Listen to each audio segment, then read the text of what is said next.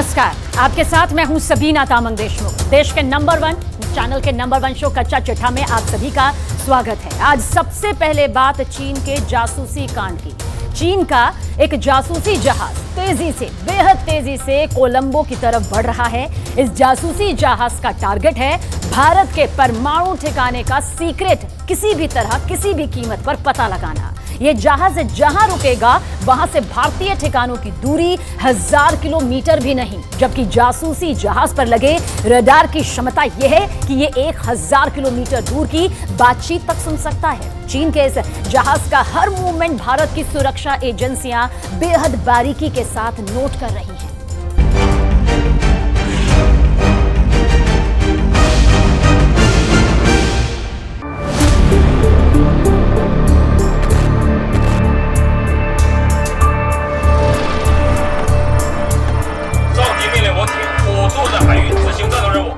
ये विशालकाय जहाज कोई सामान्य जहाज नहीं है।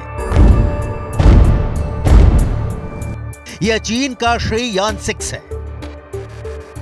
चीन का जासूसी जहाज श्री यान 6 एक बार फिर हिंद महासागर में उतर चुका है और कोलंबो की तरफ बढ़ रहा है। इसका टारगेट है भारत के परमाणु ठिकाने, भारत के नौसैनिक अड्डे, भारत की आर्मी के हेडक्वार्टर की जासूसी करना।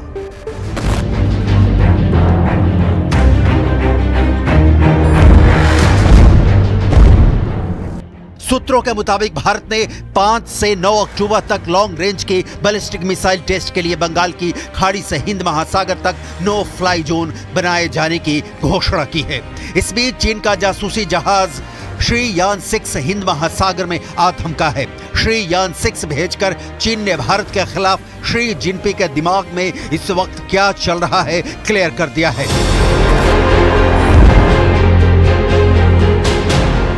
दोस्ती के कस्मे वादे और भीतर छुरा दबाए बैठा है चीन। श्री यान 6 भारत के लिए कितना खतरनाक हो सकता है, इसकी डिटेल आपको जरूर देखनी चाहिए।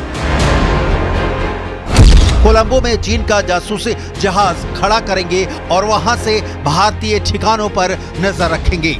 कोलंबो पहुंचने के बाद इस शिप की नजर दक्षिण भारत के परमाणु ठिकाने जैसे कल्पक्कम, कुन्नुकुलम पर होगी। साथ ही केरल, तमिलनाडु और आंध्र प्रदेश के कई बंदरगाह चीन के रडार पर होंगे।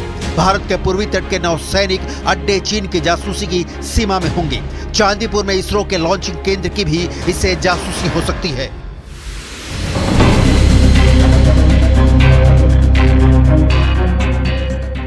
चीन जासूसी के लिए बदनाम है। अमेरिका में बलून उड़ाने के लिए यूरोप में जासूसी जहाज उतारने से लेकर कई बार चीन जासूसी करते रंगे हाथ पकड़ा गया है और इसी क्रम में अब की बार टारगेट है भारत, क्योंकि G20 के भारत के सफल आयोजन ने शी जिनपिंग की कूटनीति की धज्जियां उड़ा दी है। आपको याद होगा कि इस G20 सम्मेलन के दौरान ही चीन के अधिकारी एक ऐसी बड़ी अटैची लेकर पहुंचे थे जिसे आखिरकार नहीं ही खोला जा सका। उसे चीन के दूतावास में रखने की परमिशन दी गई। चीन का श्री यान 6 की टाइमिंग समझिए, आगे इसकी क्रोनोलॉजी भी समझाएंगे। अनुमान लगाया जा रहा है कि भारत मिसाइल टेस्ट करने जा रहा है। हालांकि इसकी पुष्टि नहीं हुई है। जाहिर है हमारा सवाल टाइमिंग को लेकर है। तो मिसाइल टेस्ट के लिए बंगाल की खाड़ी में नो टाइम जारी किया गया है। ये नो टाइम मतलब नो फ्लाई जोन। भारत के ऐसा करते ही चीन की नौसेना एक्टिव हो गई है। चीन को मौका लगा और उसने अपने जासूसी जहाज भारत का भेद जानने के लिए समंदर में उतार दिया। अनुमान के मुताबिक चीन जहां अपना जासूसी जहाज खड़ा करना चाहता है, वहां से भारत के टेस्ट की जगह उसके रेंज में होगी। बंगाल की खाड़ी, हिंद महासागर, मिसाइल की रेंज 2000 किलोमीटर। और इसके साथ ही ये भी देख लीजिए कि भारत की ओर किस तेजी से बढ़ रहा है चीन का श्री यान 6। ये श्री यान 6 की लोकेशन है जो 23 सितंबर को नोट की गई।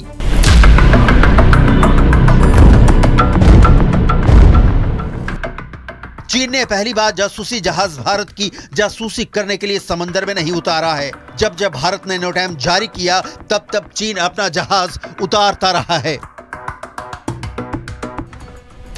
श्रीलंका में, बंगाल की खाड़ी या अरब सागर में भेज देता है। अब की बार कोलंबो में अपने जासूसी जहाज का हैंगर डालना चाहता है और वहां से भारत के ठिकानों का सीक्रेट चुराना चाहता है।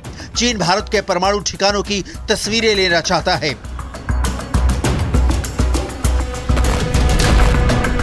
जाहिर तौर पर चीन ऐसी एक्टिविटी के जरिए भारत को उकसा रहा है।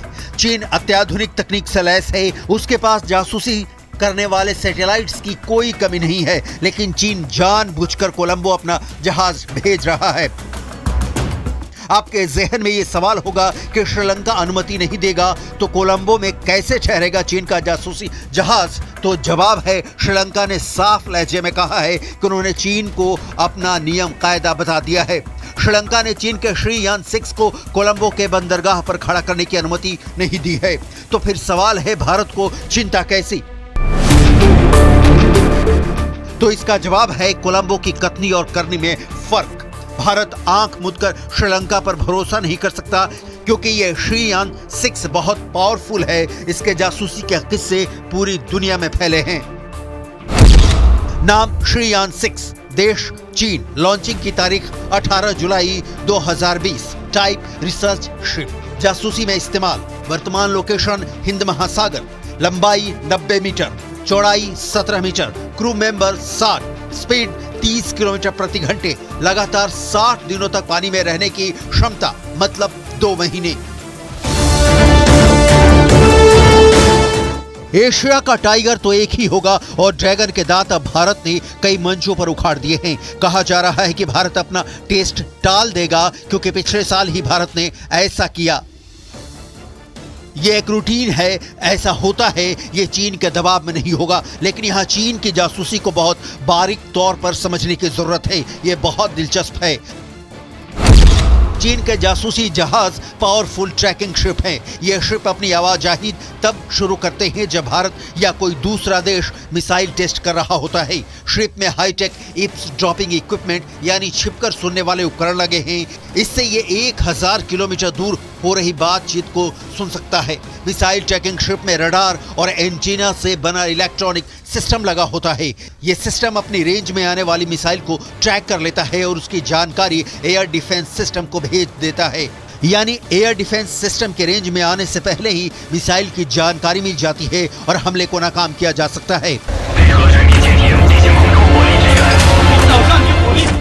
चीन हिंदुस्तान से किस लेवल युद्ध की चाहत में जी रहा है समझना मुश्किल नहीं है। दोस्ती में मिले हाथ और सीमा पर आघात, कूटनीति की बातें और अंदर ही अंदर हमले का प्लान बनाने वाली रातें।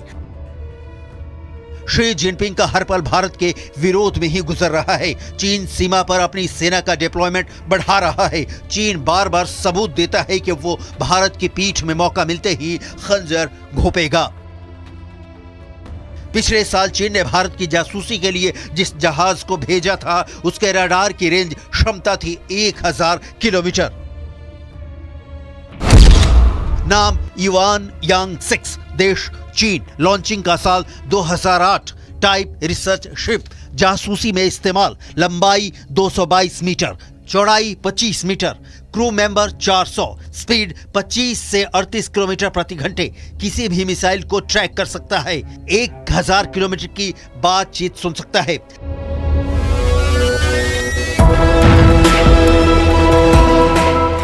चीन के पास जासूसी जहाजों की कोई कमी नहीं है। ये पूरे प्रशांत, अटलांटिक और हिंद महासागर में काम करने में सक्षम है। अमेरिकी रक्षा विभाग की रिपोर्ट के मुताबिक इस शिप को चीन की पीपुल्स लिबरेशन आर्मी यानी पीएलए के स्ट्रेटेजिक सपोर्ट फोर्स यानी एसएसएफ ऑपरेट करती है। एसएसएफ थिएटर कमांड लेवल का ऑर्गेनाइजेशन है। ये पीएलए को space, cyber, electronic, information, communication और साइकोलॉजिकल वॉरफेयर मिशन में मदद करती है। श्रीलंका ने चीन के जासूसी जहाज को कोलंबो में खड़ा करने को लेकर जो कहा है, उसे समझना बहुत जरूरी है।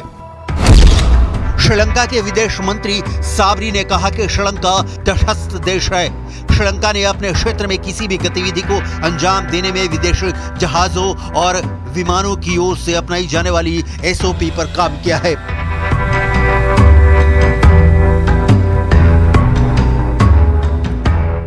श्रीलंका को चीन खोखला कर चुका है। उसके बंदरगाहों पर कब्जा करने की चीन की रणनीति का खमियाजा श्रीलंका की जनता भुगत रही है। लिहाजा ये बहुत बड़ी बात नहीं है कि श्रीलंका चीन को जहाज खड़ा करने की जगह दे दे। लिहाजा भारत के लिए चिंता की बात तो है।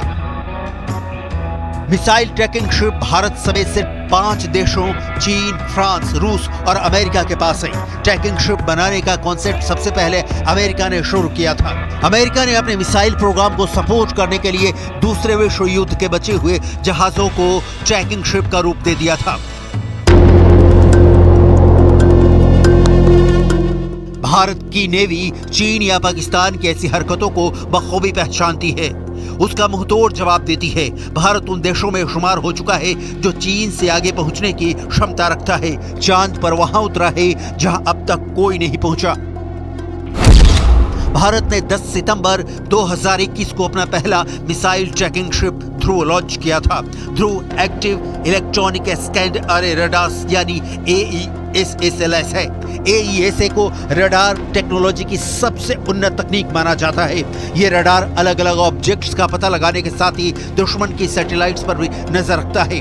AESA तकनीक की मदद से किसी मिसाइल की क्षमता और उसकी रेंज का भी पता लगाया जा सकता है। ध्रुव परमाणु मिसाइल को ट्रैक करने के साथ साथ बैलिस्टिक मिसाइल और लैंड बेस्ड सैटेलाइट्स को भी ट्रैक कर सकता है। ये समुद्र में 2000 किलोमीटर तक 360 डिग्री नजर रख सकता है।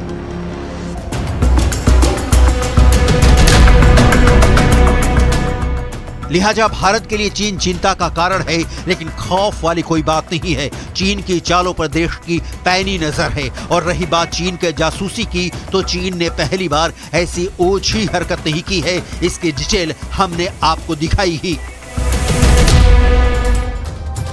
और आज सुबह से ही पाकिस्तान में धमाके हो रहे हैं। सबसे ज्यादा कोहराम बलूचिस्तान में मचा हुआ है, जहां पर चंद घंटों में पुलिस के जवान भी मारे गए और पाकिस्तान की सेना के जवान भी मारे गए। लेकिन इसके बाद भी पाकिस्तान के जख्मों पर तालिबान ने नमक छिड़कने में कोई कोर कसर नहीं छोड़ी।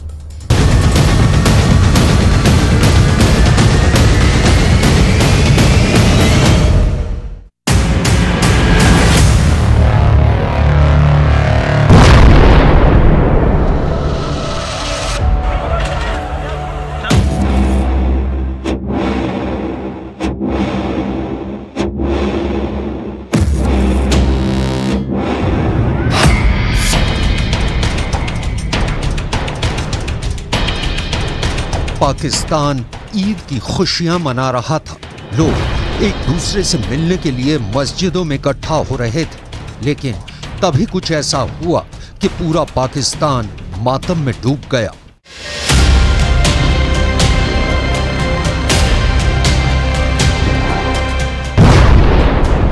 पाकिस्तान के अंदर 2 धमाके हुए और पूरा पाकिस्तान सन्नाटे में चला गया। आखिर किसने दिया पाकिस्तान को इतना गहरा जख्म? कैसे पाकिस्तान पुलिस के एक डीएसपी को आतंकी हमले में उड़ा दिया गया? यह घटना इतनी खतरनाक है कि पूरा पाकिस्तान शोक में चला गया है। लेकिन पाकिस्तान के अंदर ही नहीं, पाकिस्तान के न्यूज स्टूडियो में भी धमाके हो रहे हैं और ये धमाके लात और घूंसों के हैं। आखिर क्यों इमरान खान के 6 फुट लंबे वकील ने नवाज शरीफ की पार्टी के सांसद को बुरी तरह धुल डाला? इन विस्फोटों से दहलते सिसकते पाकिस्तान की पूरी कहानी हम आपको सुनाने वाले हैं। लेकिन सबसे पहले हम बात करेंगे पाकिस्तान में हुए 3 खतरनाक बम धमाकों की, जिन्होंने पाकिस्तान को कभी न भरने वाला जख्म दे दिए हैं।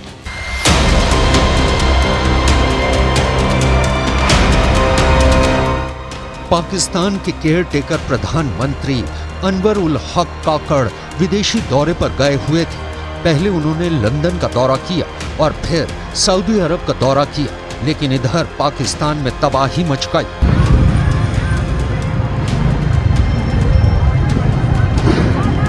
सुबह ही उन्होंने पूरे पाकिस्तान को ईद की मुबारकबाद दी थी, लेकिन दोपहर होते होते नमाज और जुलूस में हुए धमाकों ने उनके होश उड़ा दिए। रेडियो पाकिस्तान की रिपोर्ट के मुताबिक प्रधानमंत्री अनवरुल हक काकड़ ने कहा है कि मस्तूंग में विस्फोट पाकिस्तान पर एक बड़ा हमला है। आखिर क्या हुआ पाकिस्तान में, पूरे विस्तार से बताते हैं। एक ही दिन में पाकिस्तान में 2 बेहद खौफनाक आतंकी हमले हुए हैं।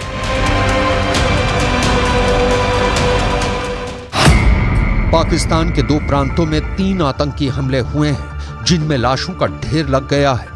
पहला धमाका हुआ है पाकिस्तान के बलूचिस्तान प्रांत में और दूसरा धमाका हुआ है पाकिस्तान के खैबर पख्तूनख्वा प्रांत में। बलूचिस्तान के अंदर मस्तूंग और झोप जिले दहल गए हैं और खैबर पख्तूनख्वा में हंगू जिला आतंकी हमले और धमाके से हिल गया है।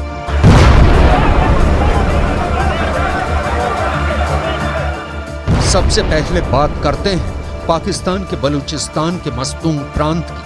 मस्तूंग प्रांत की आबादी कुल 35,000 है, लेकिन यहाँ भी आतंकवाद को संभाल पाना पाकिस्तान के लिए एक बहुत बड़ा सरदर्द साबित हो रहा है। शुक्रवार को यानी जुम्मे के दिन बलूचिस्तान के मस्तूंग जिले में जुलूस के पास एक आत्मघाती विस्फोट हुआ है, जिसमें एक पुलिस अधिकारी समेत 50 से ज्यादा लोग मारे गए, जबकि लगभग 50 घायल हो गए हैं। बलूचिस्तान के अंदर मस्तूंग जिले में हालत ये है कि इस वक्त अस्पतालों में इमरजेंसी लगा दी गई है। अस्पतालों में जगह नहीं बची है, इसलिए घायल लोगों को क्वेटा रेफर कर दिया गया है। जो लोग घटना स्थल पर मौजूद रहे हैं वो बता रहे हैं कि दीवारों पर तबाही की इबारत चस्पा हो गई है। धमाका इतना खतरनाक है कि दीवारों पर इंसान चिपक गए हैं। विस्फोट तब हुआ जब लोग पाकिस्तान के अंदर अल फलाह रोड पर मदीना मस्जिद के पास ईद मिलादुन नबी जुलूस के लिए इकट्ठा हो रहे थे। पाकिस्तान के डीआईजी मुनीर अहमद ने दावा किया है कि फिदायिन हमलावर डीएसपी के वाहन के पास आया और उसने खुद को विस्फोट से उड़ा लिया। ये इलाका मस्जिद के पास था, जहां लोग ईद मिलाद उल नबी मनाने के लिए इकट्ठा हुए थे।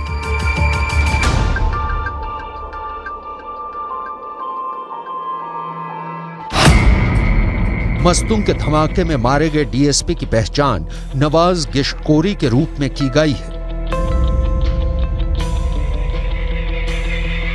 बलूचिस्तान के आईजी अब्दुल खालिक शेख ने एक बेहद चौंकाने वाला खुलासा किया है। शेख का कहना है कि डीएसपी गिश्कोरी आत्मघाती हमलावर को रोकने का प्रयास कर रहे थे, उसी वक्त उनकी जान चली गई। प्रतिबंधित तहरीक तालिबान पाकिस्तान ने इस बात से इनकार किया है कि उसने हमला किया है। अब पाकिस्तान की सरकार को यह समझ नहीं आ रहा है कि आखिर यह धमाका किया किसने है। इस धमाके का शक बलूचिस्तान के चरमपंथी संगठनों पर भी है। अगर देखा जाए तो बलूचिस्तान के मस्तूंग जिले के अंदर पश्तून और बलूच दोनों ही नस्ल के लोग रहते हैं। ऐसे में सबसे ज्यादा शक तालिबान और बलूच संगठनों पर ही है।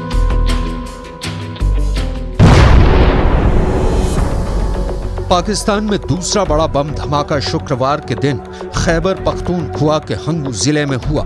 यहां दोआबा पुलिस स्टेशन में 2 विस्फोट हुए, जिसमें एक पुलिस अधिकारी समेत कई लोगों की मौत हो गई और कई लोग घायल भी बताए जा रहे हैं।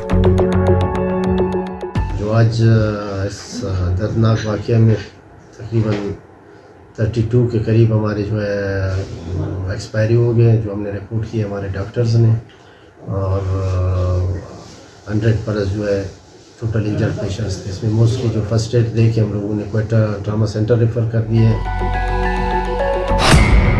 हंगू में पहला विस्फोट पुलिस थाने के प्रवेश द्वार पर हुआ, जिसके बाद घटनास्थल पर काफी लोग जमा हो गए और कुछ मिनट बाद पुलिस स्टेशन के परिसर में स्थित एक मस्जिद के अंदर एक और विस्फोट हो गया। यानी हमलावर बेहद चालाक थे और उन्होंने एक साथ 2 धमाके इसी तरह प्लान किए कि ज्यादा से ज्यादा नुकसान हो सके। हंगू के एक पुलिस अधिकारी अहमद ने बताया कि दूसरा विस्फोट शुक्रवार को नमाज के दौरान हुआ और तब विस्फोट की वजह से मस्जिद की छत ढह गई, जिसमें 30 से 40 लोग मलबे में ही फंस गए। शवों और घायल व्यक्तियों को निकालने के लिए भारी मशीनरी बुलाई गई है। एक चश्मदीद ने बताया है कि विस्फोट के समय मस्जिद के अंदर लगभग 60 से 70 लोग थे। संदिग्ध आत्मघाती हमलावर ने मस्जिद के गेट से अंदर घुसने की कोशिश की थी, लेकिन पुलिस के प्रतिरोध के कारण अधिकांश लोग परिसर से बाहर चले गए। लेकिन दूसरे आत्मघाती हमलावर ने खुद को मस्जिद के अंदर विस्फोट से उड़ा लिया।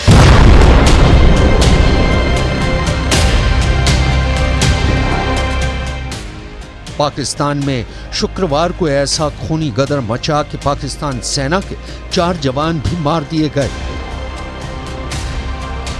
जब आप एनालाइज करें जो पाकिस्तान की सिक्योरिटी सिचुएशन है तो उससे साफ लग रहा है कि कुछ अरसे से जब से ये तालिबान से सो कॉल्ड पीस डील हुई है पाकिस्तान की रियासत की, उसके बाद ये तालिबान टीटीपी आए हैं खैबर पख्तूनख्वा में एंड इवन बलूचिस्तान में भी ये सेटल्ड हो रहे हैं।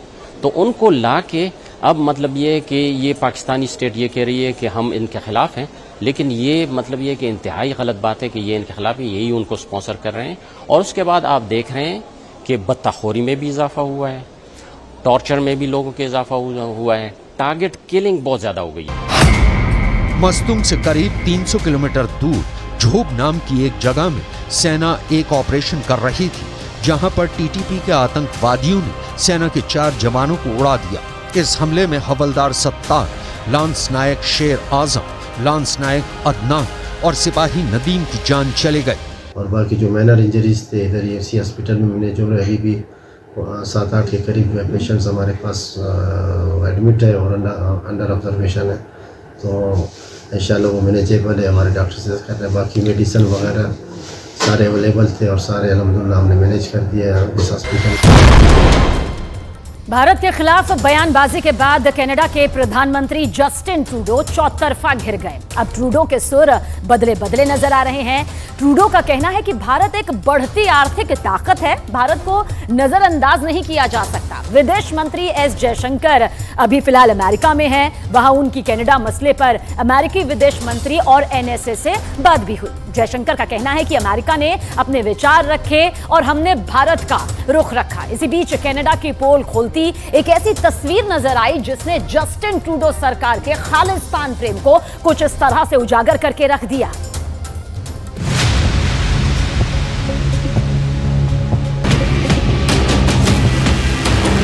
कनाडा सरकार के खालिस्तानियों से हमदर्दी का नया सबूत मिला है।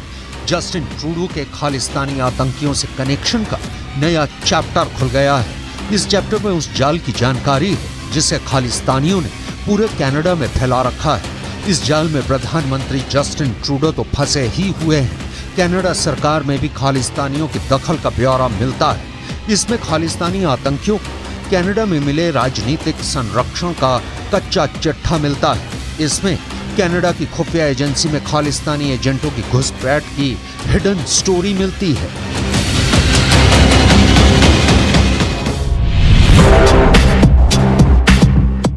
कनाडा की सियासत, कनाडा की सरकार, कनाडा के प्रधानमंत्री, कनाडा का प्रधानमंत्री कार्यालय, कनाडा का मंत्रिमंडल, कनाडा की नौकरशाही, कनाडा प्रशासन, कनाडा की खुफिया एजेंसी, कनाडा का ऐसा कोई पावर सेंटर नहीं है जहां खालिस्तानियों का दखल ना हो। इस सच का सबसे नया सबूत देख लीजिए।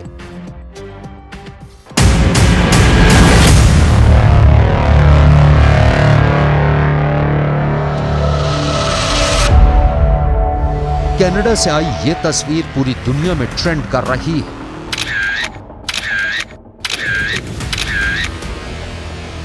ये तस्वीर खालिस्तानी आतंकियों के साथ कनाडा सरकार की हमदर्दी की गवाही दे रही है। इस तस्वीर में आइसक्रीम खा रहे शख्स का नाम है जिमी धालीवाल। जिमी कनाडा के सांसद हैं, ट्रूडो सरकार में मंत्री हैं और आइसक्रीम खिला रहा शख्स एक खालिस्तानी आतंकी, नाम है परवकार सिंह दुलाई।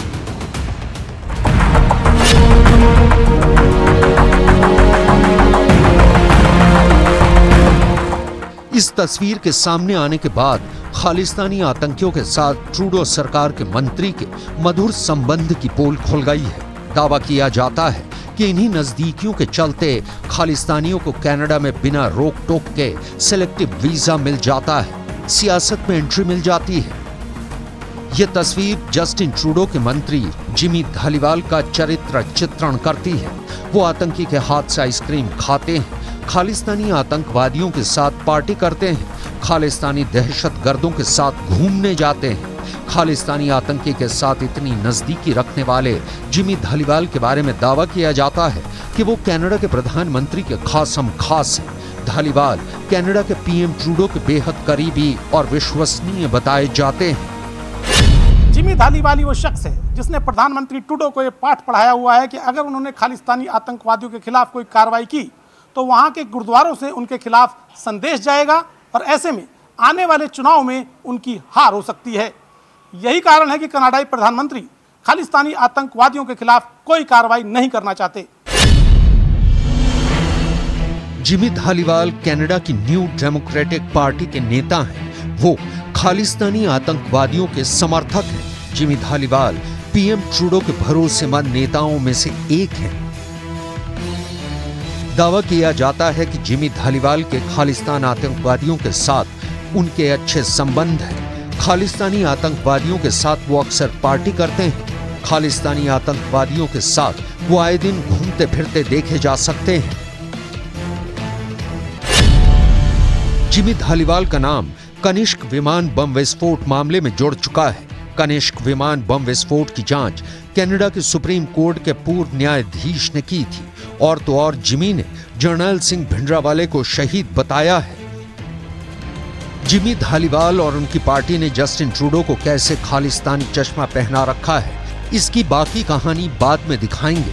पहले इस कहानी के अगले किरदार से मिल लीजिए जो जिमी धालीवाल को आइसक्रीम खिलाते दिख रहा है। परवकार सिंह दुलई एक खालिस्तानी आतंकवादी है। कनाडा सरकार के दस्तावेजों में भी परवकार सिंह दुलई का नाम बतौर खालिस्तानी आतंकी दर्ज है। 2018 में कनाडा सरकार ने दुलई का नाम नो फ्लाई जोन लिस्ट में रखा था। दुलई पर खालिस्तान के नाम पर फंड इकट्ठा करने का आरोप है। खालिस्तानी आतंकी परवकार सिंह दुलई कनाडा सरकार और कनाडा प्रशासन पर अपनी मजबूत पकड़ बनाने में जुटा है, जिससे खालिस्तानी आतंकवादियों को किसी तरह की कोई परेशानी ना हो। जिमी धालीवाल के साथ पार्टी करना और उसे आइसक्रीम खिलाना उसके इसी मिशन का हिस्सा माना जाता है। जिमी धालीवाल कनाडा की न्यू डेमोक्रेटिक पार्टी के नेता हैं। इसी पार्टी के नेता जगमीत सिंह खुले तौर पर खालिस्तानी चरमपंथी समर्थक हैं। जगमीत पर खालिस्तानियों को कनाडा में सुरक्षित आश्रय देने का आरोप है। जगमीत सिंह की पार्टी के पास हाउस ऑफ कॉमन्स में 25 सीटें हैं। जगमीत सिंह को कनाडा में किंग मेकर कहा जाता है क्योंकि बिना जगमीत सिंह के समर्थन के ट्रूडो की सरकार गिर जाएगी। यही वजह है कि अपनी कुर्सी बचाने के लिए जस्टिन ट्रूडो जगमीत सिंह की कठपुतली बने हुए हैं। इस वक्त कनाडा के प्रधानमंत्री जस्टिन ट्रूडो 3 देशों के निशाने पर है। पहला देश है भारत, क्योंकि ट्रूडो ने बिना सबूत के झूठे आरोप लगाए हैं। दूसरा देश है इजराइल। इजराइल की नाराजगी की वजह कनाडा की संसद में हिटलर के सैनिकों को सम्मानित किया जाना है। और तीसरा देश पोलैंड है, जिसने हिटलर के सैनिक के प्रत्यर्पण की मांग की है।